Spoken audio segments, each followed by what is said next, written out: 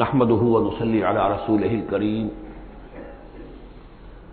اما بعد فقد قال الله تبارك وتعالى كما ورد في سورة الطلاق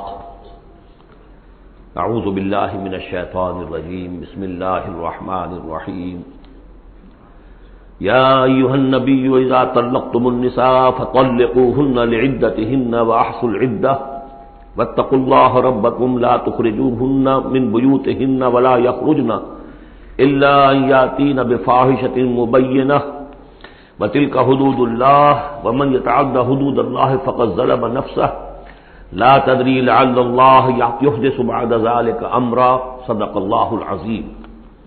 میں نے کسی موقع پر یہ عرض کیا تھا کہ قرآن مجید میں یہ مکی اور مدنی صورتوں کا جو مزاج ہے اس میں جو ایک فرق ہے، اس کی تاثیرات میں جو فرق ہے، واقعہ یہ ہے کہ وہ اس دورہ قرآن ہی میں سمجھ میں آتی ہے، ورنہ آدمی جب پڑھتا ہے تھوڑا تھوڑا کرتا ہوا پڑھتا ہے تو وہ ساری چیزیں اس تیزی کے ساتھ، اس سیکوینس کے ساتھ سامنے نہیں آتی.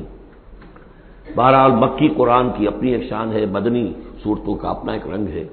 اس کو میں نے تعبیر کیا تھا کہ دو جنتیں ہیں قرآن میں، جنتان، ایک مکی جنت ہے ایک مدنی جنت ہے. تو ہم مدنی جنت کی سیر کر رہے ہیں.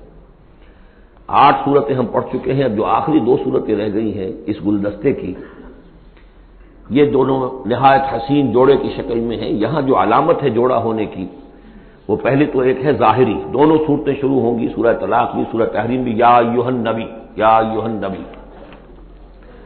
دوسری یہ کہ دونوں کا موضوع جو ہے وہ اسلام کا معاشرتی نظام ہے. اسلام کا معاشرتی نظام اور خاص طور پر آئلی نظام، آپ کو معلوم ہے اس کی اتنی اہمیت ہے کہ سورہ بقرہ سے بات شروع ہوئی، 4 رکوع وہاں پر مفصل انہی موضوعات پر آئے. پھر سورہ نساء میں مفصل بحثیں آئیں. پھر یہ کہ سورہ نور میں، سورہ احزاب میں، پھر مجادلہ میں ہم نے دیکھا کہ ایک مسئلہ آ گیا زہار کا، اور اب یہاں پر 2 صورتیں مکمل آ رہی ہیں اس 10 صورتوں کے مجموعے میں بھی.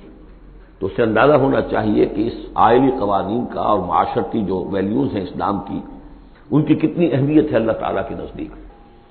ان میں جو 2 جوڑے کے جو یہ 2 فرد ہیں، تو گھریلو زندگی میں 2 امکانی صورتیں پیدا ہوتی ہیں. ایک تو معتدل تو یہ ہے کہ جو اللہ کے حقوق ہیں ان کو فائق رکھا جائے، اس کے نیچے جو اللہ نے حق شوہر پر بیوی کا رکھا ہے وہ بیوی ادا کرے، جو بیوی پر شوہر کا فرض ہے وہ شوہر جو ادا کرے.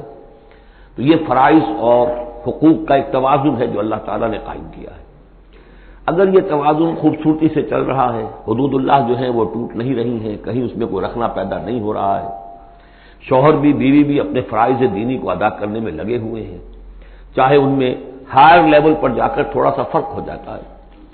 جو عام زندگی ہے اس میں کوئی فرق نہیں ہے، نماز عورت کو بھی پڑھنی ہے مرد کو بھی پڑھنی ہے، زکوٰۃ مرد کو بھی دینی ہے عورت کو بھی دینی ہے، روزہ عورت کو بھی رکھنا ہے مرد کو بھی رکھنا ہے، حج جو ہے وہ فرض ہے.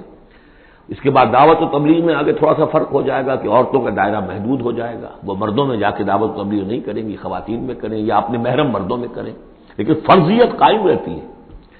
اور اس سے اوپر جا کر تیسرے لیول پر اور ذرا بالواسطہ ان کا معاملہ ہو جاتا ہے، مردوں کے ذریعے سے وہ اقامت دین کی جو میدان کے اندر معاملے ہیں، جنگیں ہیں اور میدان میں جا کر مقابلے ہیں، وہاں ان کا جو رول ہے وہ بالواسطہ ہو جائے گا. ان کے بیٹے، ان کے بھائی، ان کے شوہروں کو زیادہ سے زیادہ وہ آزادی دیں، انہیں ریلیو کریں اپنے بوجھ سے، اولاد کی پرورش کا بھی سارا بوجھ اپنے اوپر لے لیں، شوہر کا حصہ جو ہے وہ بھی خود ادا کریں تاکہ شوہر یکسو ہو کر اپنا زیادہ سے زیادہ وقت جو ہے اقامت دین کی جد و جہد میں لگا سکے. تو یہ تو ہے نارمل جو چاہیے. اب اب نارملٹی یا ادھر ہوگی یا ادھر ہوگی. ایک طرف کو ہوئی، فرض کیجئے لیفٹ کی طرف ہو گئی، اس کی معنی کیا ہے کہ مزاج نہیں مل رہا، ہر وقت کی چک چک ہے، خامخواہ جو ہے گھر جو ہے اس کے اندر اختلاف ہی اختلاف ہے، ہر وقت کی لڑائی چل رہی ہے، تو اس میں اس سے بہتر ہے طلاق ہو جائے. وہ ہے طلاق، سورہ طلاق، کہ خامخواہ اس قسم کے مسئلوں میں. لیکن یہ کہ طلاق جو آخری شکل ہے اس کے کچھ حدود ہیں، قیود ہیں، ضوابط ہیں، قواعد ہیں، قوانین ہیں، ان کی پوری پابندی ہو. جیسا کہ سورہ نساء میں ہم دیکھ چکے ہیں کہ اگر وہ علیحدہ ہو جائیں تو اللہ دونوں کو غنی کر دے گا، اس کو بھی اور اس کو بھی. اس کے لیے بھی کوئی بہتر، شوہر کے لیے بہتر کوئی بیوی عطا کر دے گا اور اس بیوی کو کوئی شوہر بہتر عطا کر دے گا. ایک دوسری انتہا یہ ہوتی ہے کہ شوہر اپنی بیویوں کی اتنی دلجوئی کرے، اتنی ان کی جو ہے پیمپرنگ جس کو کہتے ہیں کرے کہ اس میں حدود اللہ بھی ختم ہو جائے، شریعت کے تقاضے بھی ختم ہو جائیں، شریعت کے احکام بھی کہیں جو ہے پامال ہو جائیں۔ سب سے بڑھ کر یہ کہ جو اپنے فرائض ہیں، دعوت و اقامت دین کی جدوجہد کو ان کو وہ ادا نہ کر سکے، تو اہل و عیال کا اتنا لحاظ، یہ غلط ہے۔ تو دو انتہاؤں کو یہاں پر لیا گیا ہے۔ پہلی انتہا میں بھی بات کی گئی ہے حضور سے، دوسری میں بھی، اگرچہ پہلے کا سوال حضور کے لیے ہے ہی نہیں، حضور نے نہ کوئی طلاق دی نہ آپ کو طلاق دینے کی اجازت تھی، اس لیے کہ آپ کی ازواج مطہرات جو ہیں وہ تو امت کے لیے ماؤں کی حیثیت سے ہیں، اور سورہ احزاب میں ہم پڑھ چکے ہیں کہ وہ کسی اور سے بعد میں نکاح نہیں کر سکتی تھی، تو طلاق دینے کا سوال نہیں، اسی لیے آپ کو 4 کی وہ حد ہے، لمٹ ہے، اس سے بھی آگے بڑھ کر مزید نکاح کرنے کی اجازت دی گئی تھی۔ بہرحال یہ رب دیکھ لیجئے گا۔ اب آ کے ہم چلتے ہیں، وقت کی کمی کے پیش نظر زیادہ تمہید میں وقت نہیں لینا چاہتا۔ ان صورتوں پر میرے بڑے مفصل دروس موجود ہیں، وہ آپ دیکھ سکتے ہیں۔ یا ایھا النبی اذا طلقتم النساء فطلقوهن لعدتهن، اے نبی جب آپ لوگ نکاح اور اپنی عورتوں کو طلاق دیں، اب دیکھیے یا ایھا النبی واحد، طلقتم النساء فوراً جمع کا صیغہ، اس لیے کہ حضور سے بھی متعلق ہی نہیں ہے۔ حضور کو تو مسلمانوں کے نمائندے کی حیثیت سے اور معلم کی حیثیت سے اور ہادی کی حیثیت سے خطاب کیا گیا، اصل میں مسلمانوں سے ہے کہ جب تم طلاق دو اپنی بیویوں کو فطلقوهن لعدتهن، تو ان کی عدت کے حساب سے طلاق دو۔ عدت جو ہے وہ ایک تو یہ کہ طہر میں طلاق دی جائے، حیض کی حالت میں نہ ہو، اور پھر یہ ہے کہ اگر دینی ہی ہے تو پھر اس کے بعد بھی جو طلاق دی جائے وہ بھی پھر طہر کی حالت میں دی جائے۔ اس طریقے سے جو بھی قوانین ہیں، وہ احصل عدہ، عدت کا پورا لحاظ رکھو۔ وہ عدت اس طریقے سے بھی ہے کہ مطلقہ جو ہے جو عدت اس کی ہوگی اس کے اندر وہ کوئی اور شادی نہیں کر سکتی، البتہ عدت پوری کرنے کے بعد وہ آزاد ہوگی۔ عدت اس اعتبار سے بھی ہے کہ اگر طلاق رجعی ہے تو وہ اسی عدت کے اندر شوہر واپس اپنی بیوی کو لوٹا سکتا ہے، اور اگر وہ 1 یا 2 طلاقیں تھی، طلاق بائن ہو گئی ہے، ان کے درمیان سیپریشن ہو چکی ہے، تب بھی وہ بغیر کسی اور حلالے وغیرہ جس کو ہمارے ہاں کہتے ہیں کہ عورت کے لیے ضروری نہیں ہے کہ وہ کسی اور سے نکاح کرے پھر وہ طلاق دے تو سابق شوہر سے اس کا نکاح ہو، بلکہ یہ کہ وہ دوبارہ نکاح کر سکتے ہیں اگر صرف 2 طلاقوں کے بعد عدت ختم ہوئی تھی۔ تو یہ تمام قواعد و ضوابط ہیں۔ واتقوا اللہ ربکم، اور اللہ کا تقوی اختیار کرو جو تمہارا رب ہے۔ لا تخرجوہن من بیوتہن، انہیں مت نکال باہر کرو ان کے گھروں سے کہ بس غصے میں آئے ہوئے ابھی طلاق بھی نکل جاؤ میرے گھر سے، یہ نہیں، یہ قطعی غلط بات ہے۔ اس کی عدت ہے اور اس عدت کے اندر وہ تمہارے ہاں رہ سکتی ہے، تمہیں رکھنا ہے اسے اپنے ہاں۔ ولا یخرجن، وہ خود بھی نہ نکلے، الا ان یاتین بفاحشۃ مبینہ، البتہ اگر کوئی کھلی بے حیائی کی بات ہوئی ہے، کوئی بدکاری کی ہے عورت نے، وہ معاملہ اور ہو سکتا ہے کہ اس میں کوئی سختی کی جائے، عام حالات میں نہیں۔ وتلک حدود اللہ ہے، یہ اللہ کے حدود ہیں۔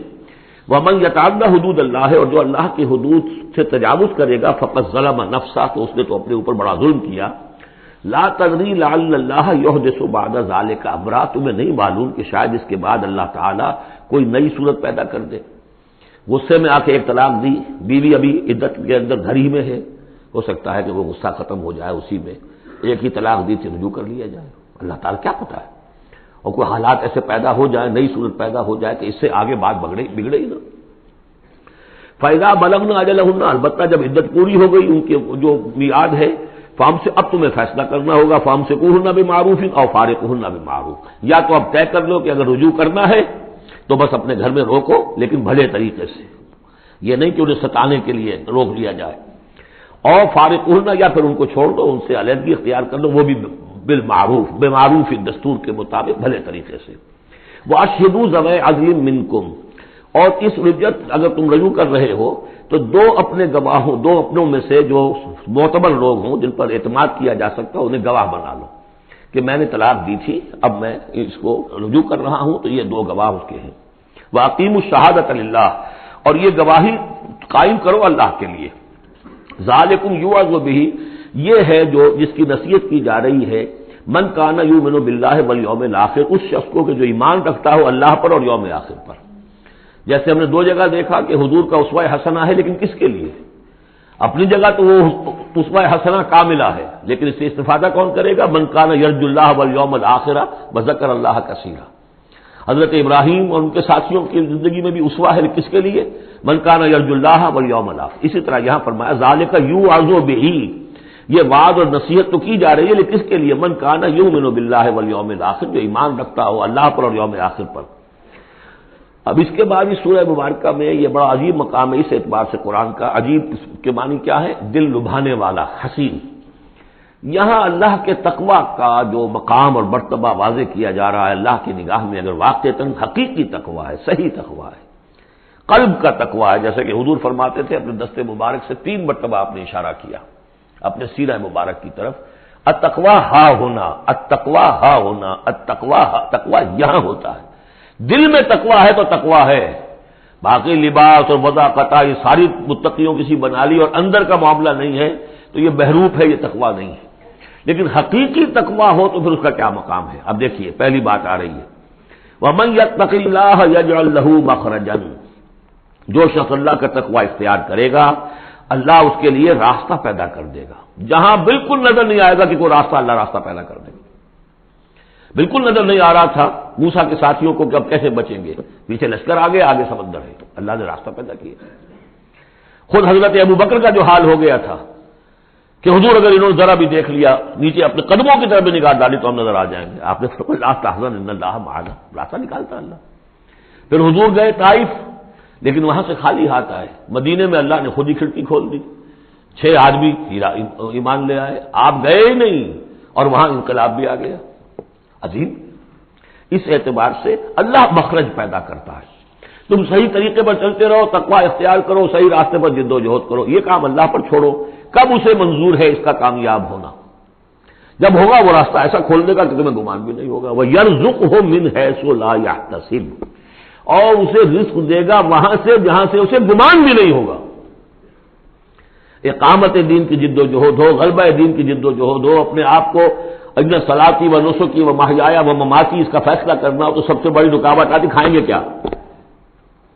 تو اللہ تو کہتا ہے راضی میں ہوں. ہے ایمان اور یقین اس پر؟ کر کے دیکھو تو صحیح، اس پر اعتماد تو کرو. لیکن یہ کہ اس پر اعتماد کرنا، توکل، بڑی مشکل بات ہے. وہ تو جتنا ایمان ہوگا اتنا ہی اعتماد ہوگا، اور گہرا ایمان ہوگا گہرا اعتماد ہوگا. وَمَن يَتَّقِ اللَّهَ يَجْعَل لَّهُ مَخْرَجًا وَيَرْزُقْهُ مِنْ حَيْثُ لَا يَحْتَسِبُ وَمَن يَتَوَكَّلْ عَلَى اللَّهِ فَهُوَ حَسْبُهُ.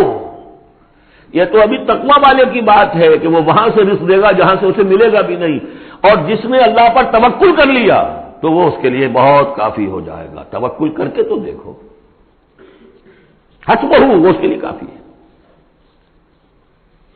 یہاں تک فرمایا ہے حدیث قدسی میں، حدیث میں من کان فی حاجت اخیہ کان اللہ فی حاجتہ. اگر کوئی مسلمان اپنے کسی بھائی کی ضرورت پوری کرنے میں لگ رہا ہے، اپنا وقت صرف کر رہا ہے، اللہ اس کی ضرورت پوری کرنی شروع کر دیتا ہے. فکر ماں در کار ماں آزار ماں، کار ساز ماں بے فکر کار ماں. یہ فارسی شاعری کے اندر یہ دینی حقائق ہیں. کار ساز ماں بے فکر کار ماں، میرا کارساز میرے کاموں کی فکر کر رہا ہے، میں نے اپنے آپ کو اس کے کام کے لیے لگا دیا. وہ دنیا میں بھی ذرا سا بھی کوئی شریف انسان ہوگا، آپ اس کے ہو جائیں وہ آپ کو چھوڑ دے گا پھر کہیں؟ شرافت ہو، مروت ہو اس میں. آپ اللہ کے بن کر تو دیکھیے، پھر وہ کارساز ہے. کارساز ماں بے فکر کار ماں، فکر ماں در کار ماں آزار ماں. جب میں اپنے معاملات کی فکر خود کرتا ہوں، کوئی نہ کوئی ٹھوکر کھاتا ہوں، کوئی نہ کوئی غلطی کرتا ہوں، آزار اپنے سر کے اوپر پیدا کر لیتا ہوں. اپنے آپ کو حوالے کرو. اس کا نام ہے تفویض الامر الی اللہ. افوض امری الی اللہ ان اللہ بصیر بالعباد. ان اللہ بالغ امرہ، اللہ تعالیٰ تو اپنا معاملہ تو پورا کر کے ہی رہتا ہے. وہ تو دین کو غالب کرنا ہی ہے. کون اس کے اندر نفع کما گیا، کون محروم رہ گیا، یہ ان کی قسمت ہے. ابو بکر اور عمر اور عثمان اور علی اور عبد الرحمن ابن عوف یہ اپنی بازی جیت گئے. ابو جہل ابو لہب محروم رہ گئے. یہ تو اب ان کا معاملہ ہے. اللہ تو اپنی بات پوری کرا دے گا، اور اس دنیا کے ختم ہونے سے پہلے پورے عرضی پر اللہ کا دین غالب ہوگا. یہ ہونا ہے. دیکھنا یہ ہے کہ تم اس بہتی گنگا میں کو ہاتھ دھونے کو تیار ہو یا نہیں، یا تم محرومین کی فہرست میں اپنے آپ کو لانا چاہتے ہو. بس اپنا تن من دھن لگا دو اس کے اندر. تمہاری ہڈیوں کا چورا ہو کر بھی اس نئی تعمیر کی بنیادوں میں اگر لگ جائے تو بہت بڑی کامیابی ہے. قد جعل اللہ لکل شیء قدرا، بہت عمدہ مقام ہے، اللہ نے ہر چیز کے لیے ایک اندازہ مقرر کیا ہوا ہے، کب اللہ کی مدد آئے گی یہ بھی اس نے طے کیا ہوتا ہے. You have to qualify, pre qualification conditions ہیں، تب مدد آئے گی، یوں نہیں آتی مدد. اپنا سب کچھ لگا دو پھر کہو کہ اللہ میری 15 برس کی کمائی کل میدان میں نے وجود ڈالی ہوئی ہے، 15 برس کی کمائی، دن کی اور رات کی کوششیں ہیں میری، صبح اور شام کی کوششیں ہیں میری، 15 برس وہ میدان میں نے لا کے ڈال دی. تب پکارو اللہ کو. اپنا مال بچا کے رکھنا ہے، اپنی مستقبل کو بھی بچانا ہے، اپنی اولاد کو بھی بچانا ہے، اور اللہ کا دین غالب ہو جائے، کہیں نام لکھا کے کسی جماعت میں شامل ہو کر بڑا تیر مار دیا. گویا کہ اللہ تعالیٰ تو جانتا ہی نہیں کتنی کنٹریبیوشن ہے، کتنا اثار ہے، کتنی قربانی ہے، کتنا وقت ہے، کتنی محنت ہے، اللہ جانتا ہے. باقی اس نے ہر چیز کا ایک اندازہ مقرر کیا ہوا ہے. اب اس کے بعد پھر آ رہا ہے وہی طلاق کا معاملہ. واللائی یئسن من المحیض من نسائکم، اور تمہارے ہاں کی وہ خواتین کے جن کا حیض کا سلسلہ بند ہو چکا ہو، مایوس ہو چکی ہو حیض سے، ان ارتبتم فعدتہن ثلاثۃ اشہر، اگر اس میں کوئی شک بھی ہو تو پھر 3 مہینے عدت ہو جائیں گے. اب حیض تو آ نہیں رہا کہ 3 طہور اور 3 حیض کا کوئی حساب کیا جائے. واللائی لم یحضن، اور وہ ابھی بچپن میں نکاح ہو گیا کیونکہ ہو جاتا تھا، اور ابھی بچی کو جو ہے وہ ابھی ایام شروع ہی نہیں ہوئے ہیں، تو اب ان کی عدت کیسے ہوگی اگر ان کو طلاق دے دی گئی؟ تو ان کے لیے بھی یہ کہ 3 مہینے. وَأُولَاتُ الْأَحْمَالِ أَجَلُهُنَّ أَن يَضَعْنَ حَمْلَهُنَّ، اور جو حاملہ ہوں ان کی پھر عدت یہ ہے کہ وہ وضع حمل ہو جائے، بچے کی پیدائش ہو جائے، اس کے بعد وہ ان کی جو ہے عدت ختم ہوگی. یہ بھی ہو سکتا ہے کہ پورے 8 مہینے لگ جائیں، 9 مہینے لگ جائیں، 4 مہینے ہو، 6 ہو، واللہ اعلم. وَمَن يَتَّقِ اللَّهَ، پھر دیکھیے تقویٰ، وَمَن يَتَّقِ اللَّهَ يَجْعَل لَّهُ مِنْ أَمْرِهِ يُسْرًا، جو اللہ کا تقویٰ اختیار کرتا ہے اللہ اس کے کاموں میں آسانی پیدا کر دیتا. فَسَنُيَسِّرُهُ لِلْيُسْرَىٰ، ذَلِكَ أَمْرُ اللَّهِ أَنزَلَهُ إِلَيْكُمْ، یہ اللہ کا حکم ہے جو اس نے نازل کر دیا ہے تمہاری طرف. اللہ یہ ذمہ داری لے رہا ہے اپنے اوپر. وَمَن يَتَّقِ اللَّهَ يُكَفِّرْ عَنْهُ سَيِّئَاتِهِ، اور جو اللہ کا تقویٰ اختیار کرے گا اللہ تعالیٰ اس کی برائیوں کو، اب یہ آخرت کا معاملہ ہو رہا ہے، اس کی برائیوں کو، اس کے گناہوں کو اس کے نامہ اعمال سے دھو دے گا. وَيُعْظِمْ لَهُ أَجْرًا، اور اس کے لیے بہت بڑا اجر اور ثواب ہے جو عطا کرے گا. اسکنوہن من حیث سکنتم من وجدکم، اب کسی عورت کو طلاق دی ہے، ایک طلاق دی ہے، عدت میں رکھنا ہے گھر میں، وہ پہلے آ چکا ہے، لیکن گھر میں ایسا نہ ہو کہ کہیں کسی ملازمہ کی کوٹڑی میں ڈال دو اس کو. اسکنوہن من حیث سکنتم، وہیں رکھو جہاں تم رہتے ہو، من وجدکم، جو بھی تمہاری جو مقدور ہے اس کے مطابق، اسی سٹیٹس کے ساتھ. ولا تضاروہن لتضیقوا علیہن، اور انہیں کوئی تکلیف نہ پہنچاؤ کہ ان پر تنگی کر دو کہ وہ خود ہی جلدی سے روانہ ہو جائیں، گھر چھوڑ کے نکلنے پہ مجبور ہو جائیں. وَإِن كُنَّ أُولَاتِ حَمْلٍ، اور اگر وہ حاملہ ہوں، فَأَنفِقُوا عَلَيْهِنَّ، تو اب ان کے اوپر خرچ کرو، ان کا دان نفقہ وہ تمہارے ذمے ہے. حَتَّى يَضَعْنَ حَمْلَهُنَّ، یہاں تک کہ پھر وہ واضح حمل سے فارغ ہو جائیں. فَإِنْ أَرْضَعْنَ لَكُمْ، پھر اگر وہ تمہارے لیے، تمہارے بچہ تو تمہارا ہے، اس کو اگر دودھ پلاتی ہیں، فَآتُوهُنَّ أُجُورَهُنَّ، تو انہیں ان کا اجر اور ان کا بدلہ عطا کرو. وَاعْتَمِرُوا بَيْنَكُم بِمَعْرُوفٍ، اور آپس میں مشورہ کر لیا کرو بڑے بھلے طریقے سے. اگر طلاق بھی ہو گئی کوئی بات نہیں، انسان تو ہے نا، انسانی سطح پر، اب شوہر بیوی نہیں رہے لیکن انسان تو ہے، انسانی سطح کے اوپر بات کر لی جائے. وَاعْتَمِرُوا بَيْنَكُم بِمَعْرُوفٍ وَإِن تَعَاصَرْتُمْ، اور اگر کہیں ایسی زدم زدہ ہو جائے کہ بیوی کہ میں تو دودھ نہیں پلاتی یا کوئی اور مسئلہ ہو، فَسَتُرْضِعُ لَهُ أُخْرَىٰ، تو پھر کوئی اور عورت جو ہے اس کو دودھ پلائے. لِيُنْفِقْ ذُو سَعَةٍ مِّن سَعَتِهِ، اب اس تمام معاملے میں جو بھی شوہر ہے وہ خرچ کرے، جو وسعت والا ہے وہ اپنی وسعت کے مطابق خرچ کرے، جو اس کا بھی سطح اللہ نے اسے دی ہے اس کے مطابق. وَمَنْ قُدِرَ عَلَيْهِ، اور جس کے اوپر اللہ تعالیٰ نے رزق کی کوئی تنگی رکھی ہے، ناپ تول کر دے رہا ہے، کوئی فراوانی نہیں ہے، فَلْيُنْفِقْ مِمَّا آتَاهُ اللَّهُ، تو وہ خرچ کرے اس میں سے جو اللہ نے اس کو دیا ہے. لَا يُكَلِّفُ اللَّهُ نَفْسًا إِلَّا مَا آتَاهَا، اللہ تعالیٰ کسی جان کو ذمہ دار نہیں بنائے گا مگر اسی حد تک جو کچھ کے اس نے اسے دے رکھا ہے. کشادگی دی ہے تو اپنی اس بیوی جو ہے مطلقہ اس کے اوپر تم رکھو، کشادگی رکھو، تنگی ہے تو ٹھیک ہے، اس حساب سے دو، اللہ تو جانتا ہے. سَيَجْعَلُ اللَّهُ بَعْدَ عُسْرٍ يُسْرًا، یقیناً اللہ تعالیٰ جو ہے اس کے لیے سختی کے بعد آسانی بھی پیدا کر دے گا. وَكَأَيٍّ مِّن قَرْيَةٍ أَتَتْ عَنْ أَمْرِ رَبِّهَا، اور کتنی ہی بستیاں ایسی ہیں جنہوں نے اپنے رب کے حکم سے سرکشی کی، وَرُسُلِهِ، اور اپنے رسولوں سے سرتابی کی، ان کا کفر کیا. فحاسبناها حسابا شدیدا وعذبناها عذابا نکرا، تو ہم نے پھر ان سے محاسبہ کیا، ان کا بہت شدید محاسبہ، اور ہم نے ان پر آفت ڈالی اور عذاب بھیجا ان پر بہت بڑا عذاب۔ فذاقت وبال امرها، پھر ان بستیوں نے اپنے معاملے کی پوری سزا جو ہے بھگت لی۔ وکان عاقبۃ امرها خسرا، اور یقیناً جو ابھی عاقبت والا معاملہ آنے والا ہے، ان کے معاملے کا جو ابھی عاقبت ہے وہ تو پھر بڑے ہی ٹوٹے والا معاملہ ہے۔ اعد اللہ لهم عذابا شدیدا، اللہ تعالیٰ نے ان کے لیے بڑے شدید عذاب کو تیار کیا ہوا۔ فاتقوا اللہ یا اولی الالباب، تو اے ہوش مندو اللہ کا تقوی اختیار کرو، وہی تقوی جس کے اوپر چار مختلف طور سے بات ہو چکی ہے۔ الذین آمنوا، اے وہ ہوش مندو جو ایمان بھی لے آئے ہو، اللہ کا تقوی اختیار کرو۔ قد انزل اللہ الیکم ذکرا، اللہ نے تمہاری طرف ذکر نازل کر دیا ہے۔ یہ آیت بڑی اہم ہے، ذکر کی آگے وضاحت آ رہی۔ ذکر سے مراد کیا ہے؟